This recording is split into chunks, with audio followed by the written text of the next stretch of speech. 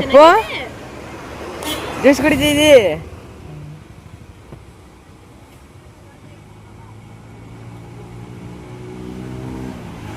Hi hello welcome back to my YouTube channel. ಎಲ್ಲರೂ ಹೇಗಿದ್ದೀರಾ? ಎಲ್ಲರೂ ಚೆನ್ನಾಗಿದ್ದೀರಾ ಅಂತ ಹೇಳಿ ಭಾವಿಸ್ತಾ ಈ ವಿಡಿಯೋನ ಶುರು ಮಾಡ್ತಾ ಇದ್ದೀನಿ. ಇವತ್ತು ಗುರುವಾರ ಆಗಿರೋದ್ರಿಂದ ರಾಯರಿಗೆ ಪೂಜೆ ಕೂಡ ಮಾಡಬೇಕಿತ್ತು. ಹಂಗಾಗಿ ನೈವೇದ್ಯಕ್ಕೆ ಸ್ವಲ್ಪ ಪಾಯಸನೂ ಕೂಡ ಮಾಡಿದ್ದೆ. ಹಂಗಾಗಿ ಇವತ್ತು ಬೇಗ ಪೂಜೆ ಮುಗಿಸ್ಕೊಂಬಿಡೋಣ ಅಂತೇಳಿ ಮಾಡ್ತಾರ ಅಂಥದ್ದು. ನಾಳೆ ಅಮಾವಾಸ್ಯೆ ಇರೋದ್ರಿಂದ ಇವತ್ತೇ ಕಳಸ ಎಲ್ಲ ತೆಗೆದ್ಬಿಟ್ಟು ಪೂಜೆನ ಮಾಡಿದ್ದೀನಿ. ನಾಳೆ ಕಳಸ ಎಲ್ಲ ತೊಳೆಯೋದಿಲ್ಲ. ಹಂಗಾಗಿ ನಾವು ಯಾವಾಗ್ಲೂ ಅಷ್ಟೇನೆ ಶುಕ್ರವಾರ ದಿನ ಕಳಸನ ತೆಗೆದು ಪೂಜೆನ ಮಾಡೋದಿಲ್ಲ. ಹಂಗಾಗಿ ಇವತ್ತು ಅಮಾವಾಸ್ಯೆ ಬೇರೆ ಬಂದಿರೋದ್ರಿಂದ ತೆಗಿಯೋದೇ ಇಲ್ಲ ಅಂತಲೇ ಹೇಳ್ಬೋದು. ಹಂಗಾಗಿ ಗುರುವಾರ ಮಾಡಿಬಿಟ್ಟು ಶುಕ್ರವಾರ ಹೂವು ತೆಗೆದಿಟ್ಬಿಟ್ರೆ ಪೂಜೆ ಮುಗಿಯುತ್ತೆ. ಹಂಗಾಗಿ ಇವಾಗ ನೈವೇದ್ಯಕ್ಕೆ ಇಟ್ಟಿದ್ದಲ್ಲ ಆ ಪಾಯಸನೂ ಕೂಡ ತೊಗೊಂಡು ತಿಂತಾ ಇದ್ದೀನಿ. ಇನ್ನು ಯಶುಕ್ಕೆ ಅದೇ ಪಾಯಸಕ್ಕೆ ರೈಸ್ನು ಕೂಡ ಹಾಕೊಟ್ಟಿದ್ದೆ, ಸ್ವಲ್ಪ ತಿನ್ನಲಿ ಅಂತ ಹೇಳ್ಬಿಟ್ಟು. ಸ್ವೀಟ್ ಆದರೆ ಸ್ವಲ್ಪ ಇಷ್ಟಪಟ್ಕೊಂಡು ತಿಂತಾಳೆ ಈ ನಡುವೆ. ಹಂಗಾಗಿ ಇನ್ನು ಪಾಯಸ ಅಲ್ಲೇ ಇಟ್ಬಿಟ್ರೆ ಇನ್ನು ಎಲ್ಲ ಬಂದ್ಬಿಡುತ್ತೆ ಅಂತ ಹೇಳ್ಬಿಟ್ಟು ಇವಾಗ ಅದನ್ನು ಕೂಡ ತೊಗೊಂಡು ತಿಂತಾ ಇದ್ದೀನಿ. ಇನ್ನು ಶಿವು ಬರ್ತಾ ತಗರಿಕಾಯಿ ಕೂಡ ತೊಗೊಂಡು ಬಂದಿದ್ರು. ಇವಾಗ ಅವರಿಕಾಯಿ ತಗರಿಕಾಯಿ ಸೀಸನ್ ಅಂತಲೇ ಹೇಳ್ಬೋದು. ತುಂಬಾ ಫ್ರೆಶ್ ಆಗಿತ್ತು ಅಂತ ಹೇಳಿ ತೊಗೊಂಬಂದಿದ್ರು. ನಾನು ಕವರಲ್ಲೇ ಕಟ್ಟಿ ಇಟ್ಬಿಟ್ಟಿದ್ದೀನಿ, ನೋಡೇ ಇಲ್ಲ. ಆವಾಗಲೇ ಸ್ವಲ್ಪ ಹಾಳಾದಂಗೆ ಅನ್ನಿಸ್ತಾ ಇತ್ತು. ಹಂಗಾಗಿ ಇವಾಗ ಅದನ್ನು ಕೂಡ ಸಾಂಬಾರು ಮಾಡೋಣ ಅಂತೇಳಿ ಬಿಡಿಸ್ಕೊತಾರ ಅಂಥದ್ದು. ಇನ್ನು ಶಿವು ಹಳ್ಳಿ ಕಡೆ ಹೋಗಿದ್ರಂತೆ ಟ್ರಿಪ್ಪು ಅಂತ ಹೇಳ್ಬಿಟ್ಟು. ಹಂಗಾಗಿ ರಾಗಿ ತೆನೆ ನನಗೆ ತುಂಬಾ ಇಷ್ಟ ಆಗುತ್ತೆ. ಹಂಗಾಗಿ ಅದನ್ನು ಕೂಡ ತೊಗೊಂಡು ಬಂದಿದ್ರು. ಫೋಟೋ ಮಾಡಿಸಿ 6 ವರ್ಷ ಆಯಿತು. 6 ವರ್ಷ ಆದಮೇಲೆ ಇವತ್ತು ಮಳೆ ಹೊಡೆಯೋಕ್ಕೆ ಯೋಗ ಬಂದಿದೆ. ಇವತ್ತು ಹಾಲಕ್ಕೆ ತಗೊಬಂದು ಹಾಕ್ತವ್ರೆ. ಯಶು ಬರ್ತ್ಡೇ ಫೋಟೋನ ಅಲ್ಲಿ ಫಿಕ್ಸ್ ಮಾಡಿದ್ದೀವಿ. ಇವಾಗ ನಂದು ಶಿವುದು ಇಲ್ಲ ಆಗ್ತವ್ರೆ. ಏನು ನಾವು ಮಾತಾಡ್ಬಾರ್ದ? ಅಯ್ಯ ಜನಗಳೇ, ಏನ್ ಜನಗಳೇ ನೀವು ನೋಡಿ. ಯಶು ಮುಂದೆ ನೋಡಿ, ಇಲ್ಲಿ ಬಡ್ಕಂತವಳೆ. ನೀನ್ ಮಾತಾಡ್ಬೇಡ, ನಾನೇ ಮಾತಾಡ್ಬೇಕು ಅಂತ. ನೀವು ಮಾತಾಡಿ. Hi hello welcome back to my YouTube channel. Yashu ಮುಂದೆ ಎಲ್ರು ಹೇಗಿದ್ದೀರಾ? ಯಶುಮನು ಚೆನ್ನಾಗಿದ್ದಾಳೆ. ನೀನ್ ಮಾತಾಡಿ. ನಾಚ್ಕಂತಾರೆ ಇವರು ಮಾತಾಡಕ್ಕೆ. ನಾಚ್ಕತ್ತವ್ರೆ ನಮ್ಮ ಮನೆಯವರು. ಇವತ್ತು ಫಿಕ್ಸ್ ಮಾಡ್ತಾವ್ರೆ. ಫಸ್ಟ್ ಟೈಮು ಶಿವ್ಗೆ ವೆಡ್ಡಿಂಗ್ ಆನಿವರ್ಸರಿಗೆ ಅಲ್ಲ ಶಿವು ಬರ್ತ್ಡೇಗೆ ನಾನು ಫಸ್ಟ್ ಟೈಮು ಫೋಟೋನ ಗಿಫ್ಟ್ ಮಾಡಿದ್ದಿದ್ದು. ಸುಮಾರಾಗೈತೆ, ಅಷ್ಟೇನು ಚೆನ್ನಾಗಿಲ್ಲ. ಇವತ್ತು ಯೋಗ ಬಂದಿದೆ, ಇವತ್ತು ಹಾಕ್ತವ್ರೆ. ಇದಿಲ್ಲಿಗೆ ಅಪ್ಪುಗೆ ಹಣ್ಣೆಲ್ ಕಪ್ಪಿದ್ದಿದ್ರು ಇನ್ನೂ ಚೆನ್ನಾಗಿ ಕಾಣಿಸೋದಲ್ವಾ? ಇದೇನರಲ್ಲಿ 7ನೇ ತಿಂಗಳು ಬರ್ತಡೇನಾ ಇದು?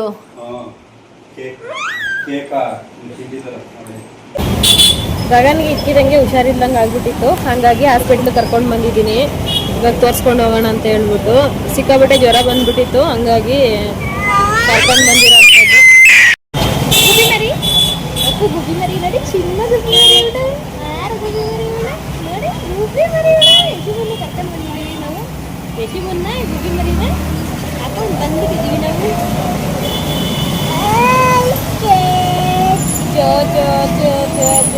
ಇನ್ನು ಇವಾಗಂತೂ ವೆದರು ಒಂದಿನ ಇದ್ದಂಗೆ ಒಂದಿನ ಇರ್ತಾ ಇಲ್ಲ. ಬೆಳಗ್ಗೆ ಬಿಸಿಲಿತ್ತು ಅಂತ ಹೇಳಿದ್ರೆ ಮಧ್ಯಾಹ್ನದಷ್ಟೊಳಗೆ ತುಂಬಾ ಮೋಡ ಎಲ್ಲ ಮುಚ್ಕೊಂಡಂಗೆ ಆಗ್ಬಿಡುತ್ತೆ, ಚಳಿ ಶುರುವಾಗ್ಬಿಡುತ್ತೆ. ಈ ನಡುವೆ ಅಂತೂ ಎಲ್ರಿಗೂ ಕೂಡ ನೆಗಡೆ ಕೆಮ್ಮು ಆ ಥರನೇ ಆಗ್ಬಿಟ್ಟಿದೆ. ನಮ್ಮ ಮನೇಲಿ ಎಲ್ರಿಗೂ ಕೂಡ ನೆಗಡೆ ಕೆಮ್ಮು ಆಗಿ ಒಂದು ವಾರನೇ ಆಗೋಯ್ತು. ಯಾರಿಗೂ ಕೂಡ ಹುಷಾರಾಗಿರಲಿಲ್ಲ. ಇನ್ನು ಅಷ್ಟರೊಳಗೆ ಗಗನ್ಗೂ ಕೂಡ ಹುಷಾರಿಲ್ದಂಗೆ ಆಗಿತ್ತು. ಹಂಗಾಗಿ ಹಾಸ್ಪಿಟಲ್ಗೆ ಕರ್ಕೊಂಡ್ಬಂದಿದ್ದೆ. ಶಿವು ಕೆಲ್ಸಕ್ಕೆ ಹೋಗಿದ್ರು. ಹಂಗಾಗಿ ನಾವೇ ತೋರಿಸ್ಕೊಂಡು ಹೋಗ್ಬಿಡೋಣ ಒಂದ್ಸರಿ ಅಂತೇಳಿ ಕರ್ಕೊಂಡು ಬಂದಿದ್ದೀನಿ. ಇಲ್ಲೇ ಮನೆ ಹತ್ರ ಇರೋಂಥ ಶಾಪ್ಗೆ.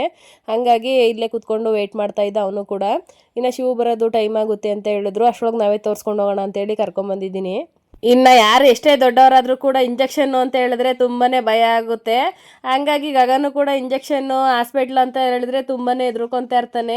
ಹೇಳಲಿಕ್ಕೂ ಕೂಡ ನಾಚ್ಕೊತಾನೆ. ಹಂಗಾಗಿ ಶಿವು ಜೊತೆ ಅಷ್ಟಾಗಿ ಬರೋದಿಲ್ಲ, ನಾನೇ ಕರ್ಕೊಂಬರೋ ಅಂಥದ್ದು. ಇನ್ನು ಶಿವನು ಕೂಡ ಅಷ್ಟರೊಳಗೆ ಇಲ್ಲಿಗೇನೆ ಬಂದರು. ಡ್ಯೂಟಿ ಈ ಕಡೆನೇ ಬಿದ್ದಿತ್ತು ಅಂತ ಹೇಳ್ಬಿಟ್ಟು. ಇನ್ನು ಏನೂ ಇಲ್ಲ, ವೆದರ್ಗೆ ಈ ಥರ ಆಗಿದೆ ಅಂತ ಹೇಳಿದ್ರು ಡಾಕ್ಟರು ಕೂಡ. ಇವತ್ತು ನೋಡಿ 1-2 ದಿನ ಬಿಡಲಿಲ್ಲ ಅಂತ ಹೇಳಿದ್ರೆ ನಾಡ್ದು ಕರ್ಕೊಂಡು ಬನ್ನಿ ಅಂತ ಹೇಳಿದ್ದಾರೆ. ಇನ್ನು ಗಗನ್ಗೆ ಶಿವು ಥರನೇ ಒಂದ್ಸರಿ ನೆಗಡಿ ಕೆಮ್ಮು ಆಗ್ಬಿಡ್ತು ಅಂತ ಹೇಳಿದ್ರೆ 1 ತಿಂಗಳು 15 ದಿವಸ ಆ ಥರ ಹೋಗೋದೇ ಇಲ್ಲ, ಬೇಗನೆ ಕಡಿಮೆ ಆಗೋದಿಲ್ಲ ಅಂತಲೇ ಹೇಳ್ಬೋದು. ಅವನು ಕೂಡ ಇವಾಗ ಎಕ್ಸಾಮ್ ಎಲ್ಲ ಬರ್ತಾ ಇದೆ ಅಂತ ಹೇಳ್ಬಿಟ್ಟು ಇನ್ನು ಹುಷಾರು ತಪ್ಪಿದ್ರೆ ಮಲ್ಕೊಂಡ್ಬಿಡ್ತಾನೆ. 15 ದಿವಸ ಜ್ವರ ಬಂದರೂ ಕೂಡ ಹಂಗೇನೆ ಮಲ್ಕೊಂಬಿಡೋ ಅಂಥದ್ದು. ಊಟ ತಿಂಡಿ ಏನೂ ಮಾಡೋದಿಲ್ಲ ಅಷ್ಟಾಗಿ. ಹಂಗಾಗಿ ಬೇರೆ ಕಡೆ ತೋರ್ಸೋಣ ಅಂತೇಳಿ ಕರ್ಕೊಂಡು ಬಂದಿದ್ದೀನಿ. ಇನ್ನು ಕಬ್ಬಿನ ಜ್ಯೂಸು ತುಂಬಾ ಹೀಟ್ ಅಲ್ವಾ, ಹಂಗಾಗಿ 1-2-3 ಗ್ಲಾಸ್ ಕುಡಿಸ್ಬಿಡೋಣ ಅಂತೇಳಿ ಕರ್ಕೊಂಬಂದಿದ್ದೀನಿ. ಬಾಯ್ ಮಾಡು. ಹಾಯ್ ಕಪ್ಪಿ ಕುಡಿತೀನಿ. ಬಾಯ್ ಬಾಯ್. ಮಂಡ್ಯ ತಾಜಾ ಕಬ್ಬಿನ ಹಾಲು.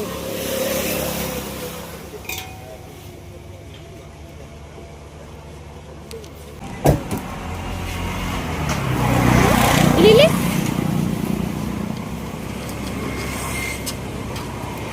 ಅಪ್ಪಲ್ಲಿ ಅಪ್ಪಲ್ಲಿ ಇಂದಳಮ್ಮ ತಗೊಳಪ್ಪ. ಇವ್ರಿಗ ಜ್ಯೂಸ್ ಕೊಡಿ, ಜ್ಯೂಸ್ ಜ್ಯೂಸ್ ಕೊಡಿ. ಇಲ್ಲ ಚೆಲ್ಬಾರ್ದು.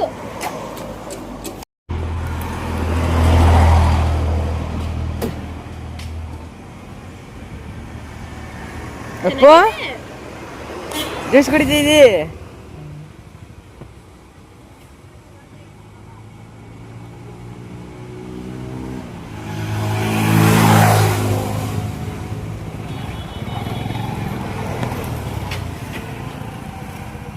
ಇನ್ನು ನಾವು ಕೂಡ ಕಬ್ಬಿನ ಜ್ಯೂಸ ಕುಡ್ಕೊಂಡು ಯಶಿಗೂ ಕೂಡ ಫೈನಲಿ ಕಬ್ಬಿನ ಜ್ಯೂಸ್ನ ಕುಡಿಸ್ದೆ. ಆಲ್ರೆಡಿ ತುಂಬ ದಿನ ಆಗೋಗಿತ್ತು ಅವಳಿಗೆ ಜ್ಯೂಸ್ ಕುಡಿಸಿ. ಇವಾಗ ನೆಗಡೆ ಕೆಂಬೇರೆ ಆಗಿತ್ತಲ್ಲ, ಹಾಗಾಗಿ ಅವಳಿಗೆ ಕುಡಿಲಿಕ್ಕೆ ಇಷ್ಟನೇ ಇರಲಿಲ್ಲ. ಒಂಥರ ಟೇಸ್ಟ್ ಬದಲಾದಂಗೇನೋ ಅನ್ನಿಸ್ತಾ ಇತ್ತು ಅಂತೇಳಿ ಕೊನೆಗೂ ಕುಡಿದ್ಲು ಕಬ್ಬು ಜ್ಯೂಸ್ ಅಂತಲೇ ಹೇಳ್ಬೋದು. ತುಂಬಾ ಇಷ್ಟ ಅವಳಿಗೆ ಕಬ್ಬಿನ ಜ್ಯೂಸು ಅಂತ ಹೇಳಿದ್ರೆ. ಇನ್ಯಾವುದೂ ಅಷ್ಟಾಗಿ ಕುಡಿಯೋದಿಲ್ಲ. ಕಬ್ಬಿನ ಜ್ಯೂಸನ್ನ ತುಂಬ ಚೆನ್ನಾಗಿ ಕುಡಿತಾಳೆ. ಇವಳಿಗೆ ಬೆಲ್ಟೇ ಹಾಕೊಳ್ಳೋಂಗಿಲ್ಲ ಇವಾಗ. ಗಾಡಿಗೆ ಏನೇ ಹಾಕೊಂಡ್ರು ಕೂಡ ಮೇಲ್ಗಡೆನೇ ಹೋಗಿ ಕುತ್ಕೊಂಡ್ಬಿಡೋದು, ಮಿರರ್ ಇಟ್ಕೊಂಡ್ಬಿಡೋದು, ಈ ಥರ ಹ್ಯಾಂಡ್ಲು ತಿರುಗಿಸೋಕ್ಕೆ ಬಿಡೋದಿಲ್ಲ. ಅಷ್ಟೊಂದು ತೀಟಿಗೆ ಮಾಡ್ತಾಳೆ ಅಂತಲೇ ಹೇಳ್ಬೋದು. ಇನ್ನು ಇವಳನ್ನ ಮೇನ್ ರೋಡಿಗೆ ಕರ್ಕೊಂಡು ಹೋಗ್ಬೇಕು ಅಂತ ಹೇಳಿದ್ರೆ ಜೊತೆಲೊಬ್ಬರನ್ನ ಕರ್ಕೊಂಡೇ ಹೋಗಬೇಕು. ಹಂಗಾಗಿ ಗಾಡಿಯಿಂದ ಜಂಪ್ ಮಾಡಿಬಿಡೋದು ಆ ಥರ ಎಲ್ಲ ಮಾಡ್ತಾಳೆ. ನನಗಂತೂ ತುಂಬಾ ಭಯ ಆಗುತ್ತೆ ಗಾಡಿ ಓಡಿಸ್ಲಿಕ್ಕೆ ಅಂತಲೇ ಹೇಳ್ಬೋದು. ಇನ್ನು ನಮ್ಮನೇಲಿ ನೆಗಡೆ ಕೆಮ್ಮು ಆ ಥರ ಆಯಿತು ಅಂತ ಹೇಳಿದ್ರೆ ಕಂಪಲ್ಸರಿ ಚಿಕನ್ ಮಾಡೇ ಮಾಡ್ತೀವಿ. ಕಬಾಬು ಮತ್ತು ಚಿಕನ್ನು ತಿಂದರೆ ಹೀಟ್ಗೆ ಸ್ವಲ್ಪ ನೆಗಡೆ ಕೆಮ್ಮು ಕಡಿಮೆ ಆಗುತ್ತೆ. ಹಂಗಾಗಿ ಶಿವುಗೆ ಚಿಕನ್ ತೊಗೊಂಬರ್ಲಿಕ್ಕೆ ಹೇಳಿದ್ದೆ, ತೊಗೊಂಬಂದಿದ್ರು. ಮಧ್ಯಾಹ್ನ ಮಾಡಿರೋದು ಬಸ್ಸಾಂಬಾರು ಕೂಡ ಇದೆ. ಹಂಗಾಗಿ ಸಾಂಬಾರೇನು ಮಾಡ್ತಾಯಿಲ್ಲ, ಹಂಗೆ ಫ್ರೈ ಥರ ಮಾಡಿಬಿಟ್ಟು ಕಬಾಬ್ ಮಾಡೋಣ ಅಂತೇಳಿ ಮಾಡ್ತಾಯಿದ್ದೀನಿ. ಪೆಪ್ಪರ್ ಚಿಕನ್ ಥರ ಮಾಡಿದ್ರೆ ತುಂಬಾ ಚೆನ್ನಾಗಿರುತ್ತೆ ನೆಗಡೆ ಕೆಮ್ಮುಗೆ ಅಂತ ಹೇಳ್ಬಿಟ್ಟು. ಕಬಾಬ್ ತಿನ್ನೋದ್ರಿಂದ ನೆಗಡೆ ಕೆಮ್ಮು ಆಲ್ಮೋಸ್ಟು ಕಡಿಮೆ ಆಗುತ್ತೆ. ನೀವೊಮ್ಮೆ ಟ್ರೈ ಮಾಡಿ ನೋಡಿ. ಇನ್ನು ಬ್ರೆಸ್ಟ್ ಮಿಲ್ಕು ಕುಡಿತಾರ ಮಕ್ಳಿಗೂ ಕೂಡ ಈ ಥರನೇ ಕಬಾಬ್ ತಿಂದ್ಬಿಟ್ಟು ಬ್ರೆಸ್ಟ್ ಮಿಲ್ಕ್ನ ಕುಡಿಸಿದ್ರೆ ಅವ್ರಿಗೂ ಕೂಡ ನೆಗಡೆ ಕೆಮ್ಮು ಕಡಿಮೆ ಆಗುತ್ತೆ. ಸುಮಾರು ಜನ ಹೇಳ್ತಾರೆ, ನಾನು ಕೂಡ ತುಂಬ ಸರಿ ಟ್ರೈ ಮಾಡಿದ್ದೀನಿ. ಯಶು ಚಿಕ್ಕ ಪಾಪು ಆಗಿದ್ದಾಗ ನಾನು ನೆಗಡೆ ಕೆಮ್ಮು ಆಯಿತು ಅಂತ ಹೇಳಿದ್ರೆ ಕಬಾಬ್ ತೊಗೊಂಬಂದು ತಿಂತಾಯಿದ್ದೆ. ಚಿಕನ್ ತಿಂದ್ಬಿಟ್ರೆ ಅಷ್ಟಾಗಿ ಬೇಗ ಕಡಿಮೆ ಆಗೋಲ್ಲ, ಕಬಾಬ್ ತಿಂದರೆ ಬೇಗನೆ ಕಡಿಮೆ ಆಗಿಬಿಡುತ್ತೆ ನೆಗಡೆ ಕೆಮ್ಮು. ಹಂಗಾಗಿ ಕಬಾಬ್ ತೊಗೊಂಬಂದು ಕಂಪಲ್ಸರಿ ತಿಂತೀನಿ. ನೆಗಡೆ ಕೆಮ್ಮು ಆಲ್ಮೋಸ್ಟ್ ಅವ್ಳಿಗೂ ಕೂಡ ಕಡಿಮೆ ಆಗಿಬಿಡೋದು. ಅವಾಗ ಯಾವುದೇ ಥರ ಶಿರಾಪ್ ಆಗಲಿ ಡ್ರಾಪ್ಸ್ ಆಗಲಿ ಏನೂ ಹಾಕಂಗಿರ್ಲಿಲ್ವಲ್ಲ, ಹಂಗಾಗಿ ಈ ಥರನೇ ಮಾಡ್ಕೊತಾ ಇದ್ದೆ ನಾನು ಕೂಡ. ಅವಾಗ ನನಗೆ ತುಂಬಾ ಹೆಲ್ಪ್ ಆಯಿತು. ನಿಜವಾಗ್ಲೂ ಕಬಾಬ್ ತಿನ್ನೋದ್ರಿಂದ ನೆಗಡೆ ಕೆಮ್ಮು ಕಡಿಮೆ ಆಗುತ್ತೆ. ನೀವೊಂದ್ಸರಿ ಟ್ರೈ ಮಾಡಿ ನೋಡಿ, ನನಗೂ ಕೂಡ ಕಮೆಂಟ್ಸ್ ಕೂಡ ಮಾಡಿ. ಚೆನ್ನಾಗಿ ಶುಂಠಿ ಬೆಳ್ಳುಳ್ಳಿ ಪೇಸ್ಟ್ ರೋಸ್ಟ್ ಆದಮೇಲೆ ಚಿಕನ್ ಹಾಕೊತಾ ಇದ್ದೀನಿ. ಇವಾಗ 1/4 kg ಅಷ್ಟು ಚಿಕನ್ ಬಂದಿದೆ. 1.25 kg ತಗೊಂಡಿದ್ದೆ. ಅರ್ಧ kg ಕಬಾಬ್ಗೆ ಕಲಿಸ್ಬಿಟ್ಟು ಇಟ್ಟಿದ್ದೀನಿ. ಇನ್ನು 1/4 kg ಅಷ್ಟನ್ನ ಚಿಕನ್ ಮಾಡ್ತಾ ಇದ್ದೀನಿ. ಇನ್ನು ಕಬಾಬು ಅಂತ ಹೇಳಿದ್ರೆ ಹೊರಗಡೆ ತೊಗೊಂಬಂದು ತಿಂದರೆ ಅಷ್ಟಾಗಿ ಕಡಿಮೆ ಆಗೋದಿಲ್ಲ, ಮನೆಯಲ್ಲೇ ಮಾಡಬೇಕು. ಆ ಕಬಾಬ್ ಜೊತೆಗೆ ಬೆಳ್ಳುಳ್ಳಿನ ಬಿಡಿಸ್ಬಿಟ್ಟು ನಾವು ಹಂಗೇನೆ ಹಾಕೊಂಡು ಬೆಳ್ಳುಳ್ಳಿನ ಸಹಿತ ಎಣ್ಣೆಯಲ್ಲೇ ಫ್ರೈ ಮಾಡ್ಕೊಂಡು ತಿನ್ನೋದ್ರಿಂದ ಆದಷ್ಟು ಬೇಗನೆ ಕಡಿಮೆ ಆಗೋಗುತ್ತೆ ನೆಗಡೆ ಕೆಮ್ಮು ಅಂತಲೇ ಹೇಳ್ಬೋದು. ಈ ಒಂದು ವಸ್ತು ಇದ್ದರೆ ಸಾಕು, ಏನು ಬೇಡ. ಈ ಚಿಕನ್ಗೆ ನೀರೇನು ಹಾಕೋದಿಲ್ಲ, ಇದೇ ನೀರು ಬಿಟ್ಕೊಂಡು ಚೆನ್ನಾಗಿ ಬೇಯುತ್ತೆ. ನೀರು ಹಾಕ್ಬಿಟ್ರೆ ಟೇಸ್ಟ್ ಇರೋದಿಲ್ಲ. ಇದೆಷ್ಟು ನೀರು ಬಿಟ್ಕೊಂಡು ಚೆನ್ನಾಗಿ ಬೇಯುತ್ತೋ ಅಷ್ಟೇ ಚೆನ್ನಾಗಿರುತ್ತೆ. ಹಾಗಾಗಿ ಇದೇ ಥರನೇ ಮಾಡೋದು ನಾನು. ಅಂದರೆ ಜಾಸ್ತಿ ಮೆಣಸಿನ್ಕಾಯಿ ಹಾಕಲ್ಲ, ಮೆಣಸು ಹಾಕ್ತೀನಿ. ಯಶು ಕೊಡೋದ್ರಿಂದ ಸ್ವಲ್ಪ ಕಡಿಮೆ ಹಾಕೊತೀನಿ ಖಾರನ. ಇವಾಗ ಇದಕ್ಕೊಂದು ಲಿಡ್ ಕ್ಲೋಸ್ ಮಾಡಿಟ್ರೆ ತುಂಬ ಚೆನ್ನಾಗಿ ನೀರು ಬಿಟ್ಕೊಂಡು ಬೇಯುತ್ತೆ. ಇವಾಗ ರುಚಿಗೆ ತಕ್ಕಷ್ಟು ಉಪ್ಪು ಕೂಡ ಸೇರಿಸ್ಕೊಂಡ್ಬಿಡ್ತೀನಿ. ಇವಾಗಲೇ ಉಪ್ಪು ಹಾಕೋದ್ರಿಂದ ಚೆನ್ನಾಗಿ ಉಪ್ಪು ಹಿಡಿಯುತ್ತೆ ಅಂತ.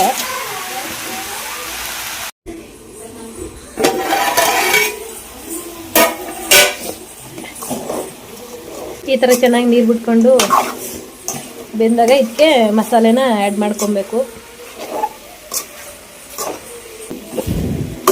ಎಷ್ಟು ನೀಟಾಗಿ ಫ್ರೈ ಆಗಿದೆ ಅಂತ ಹೇಳ್ಬಿಟ್ಟು ಈ ಥರನೇ ಚೆನ್ನಾಗಿ ಬೆಂದರೆ ಚಿಕನ್ ತುಂಬಾ ಟೇಸ್ಟಾಗಿರುತ್ತೆ. ಚಿಕ್ಕ ಮಕ್ಕಳು ಕೂಡ ತುಂಬ ಇಷ್ಟಪಟ್ಕೊಂಡು ತಿಂತಾರೆ. ಇದು ಮನೆಯಲ್ಲೇ ಮಾಡ್ಕೊಂಡಿರೋಂಥ ಮಸಾಲೆ. ಇನ್ನೊಂದಿನ ತೋರಿಸ್ತೀನಿ ಯಾವತ್ತಾದ್ರೂ ಟೈಮ್ ಇದ್ದಾಗ. ಯಾವ ಥರ ಮಾಡಿದೆ ಮಸಾಲೆನ ಅಂತ ಹೇಳ್ಬಿಟ್ಟು ನೋಡ್ತಾ ಇರ್ಬೋದು. ಇದನ್ನು ಹಾಕೊತಾ ಇದ್ದೀನಿ.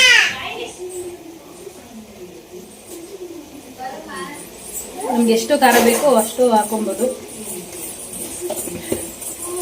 ಟೇಸ್ಟ್ ಅಂತೂ ತುಂಬ ಚೆನ್ನಾಗಿರುತ್ತೆ. ಕಲ್ಲರಿಂದ ಏನೂ ಆಗೋದಿಲ್ಲ, ಟೇಸ್ಟು ಮುಖ್ಯವಾಗುತ್ತೆ ಅಡುಗೆಯಲ್ಲಿ ಯಾವ ಥರ ಇದೆ ಅಂತ ಹೇಳ್ಬಿಟ್ಟು.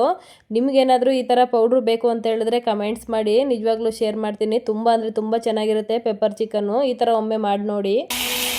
ಇದಕ್ಕೆ 1 ಟೇಬಲ್ ಸ್ಪೂನಷ್ಟು ಅಚ್ಚ ಖಾರದ ಪುಡಿ ಸೇರಿಸ್ಕೊತಾ ಇದ್ದೀನಿ.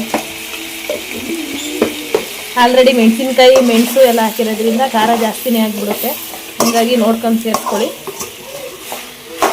ಇನ್ನು ಆದಷ್ಟು ಲೈವಲ್ಲೇ ಮಾಡೋಣ ಅಂತೇಳಿ ತುಂಬ ಸರಿ ಟ್ರೈ ಮಾಡ್ತೀನಿ, ಯಾವುದೇ ಕಾರಣಕ್ಕೂ ಆಗೋದೇ ಇಲ್ಲ. ನನ್ನ ಮಗಳು ಬಿಡೋದಿಲ್ಲ ಅಂತಲೇ ಹೇಳ್ಬೋದು. ಏನಾದರೂ ಒಂದು ಕಿರ್ಚೋದು ಬೀಳಿಸ್ಬಿಡೋದು ಆ ಥರ ಸೌಂಡ್ ಮಾಡ್ತಾಳೆ. ಇನ್ನು ನಮ್ಮ ಬಂದರು ಅಂತ ಹೇಳಿದ್ರೆ ಯಾವಾಗ ನೋಡಿದ್ರು ಸೀರಿಯಲ್ ಹಾಕೊಂಡ್ಬಿಟ್ಟಿರ್ತಾರೆ.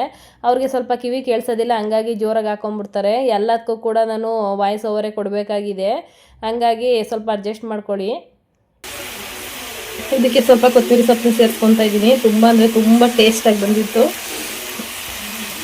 ನೀಟಾಗಿ ಫ್ರೈ ಕೂಡ ಆಗಿದೆ.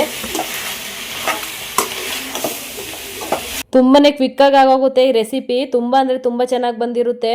ಚಪಾತಿಗಾಗಲಿ ಇಲ್ಲ ರೈಸು ಇಲ್ಲ ಮಿಕ್ಕಿರೋ ಸಾಂಬಾರಿಗೆ ಆ ಥರ ಏನಾದರೂ ಮಾಡ್ಕೊಳ್ಳೋದಾಯಿತು ಅಂತ ಅಂದರೆ ತುಂಬಾ ಫಾಸ್ಟಾಗೆ ಮಾಡ್ಕೊಂಬಿಡ್ಬೋದು. ತುಂಬ ಇಷ್ಟಪಟ್ಕೊಂಡು ಕೂಡ ತಿಂತಾರೆ. ನಮ್ಮ ಮನೇಲಿ ಯಾವುದಾದ್ರೂ ಸಾಂಬಾರು ಇತ್ತು ಅಂತ ಹೇಳಿದ್ರೆ ಇದೇ ಥರನೇ ಮಾಡ್ಕೊಳ್ಳೋ ಅಂಥದ್ದು. ಚಿಕನ್ ಸಾಂಬಾರು ಏನು ಮಾಡ್ಲಿಕ್ಕೆ ಹೋಗೋದಿಲ್ಲ, ಈ ಥರ ಫ್ರೈನ ಮಾಡ್ಕೊಂಬಿಡ್ತೀನಿ. ತುಂಬ ಇಷ್ಟಪಟ್ಕೊಂಡು ತಿಂತಾರೆ ನಮ್ಮ ಮನೆಯೆಲ್ಲರೂ. ಈ ವಿಡಿಯೋ ನಿಮಗೆ ಸ್ವಲ್ಪನಾದರೂ ಇಷ್ಟ ಆಗಿತ್ತು ಅಂತ ಹೇಳಿದ್ರೆ ಲೈಕ್ ಮಾಡಿ, ಕಮೆಂಟ್ಸ್ ಮಾಡಿ, ಶೇರ್ ಮಾಡಿ. ಹೊಸದಾಗಿ ಯಾರೆಲ್ಲ ನನ್ನ ವೀಡಿಯೋಸ್ನ ನೋಡ್ತಾ ಇದ್ದೀರಾ ದಯವಿಟ್ಟು ಸಬ್ಸ್ಕ್ರೈಬ್ ಮಾಡಿಕೊಂಡು ನೋಡಿ ಅಂತೇಳಿ ಕೇಳ್ಕೊತಾ ಇದ್ದೀನಿ. ನೆಕ್ಸ್ಟ್ ವಿಡಿಯೋದಲ್ಲಿ ಸಿಗ್ತೀನಿ.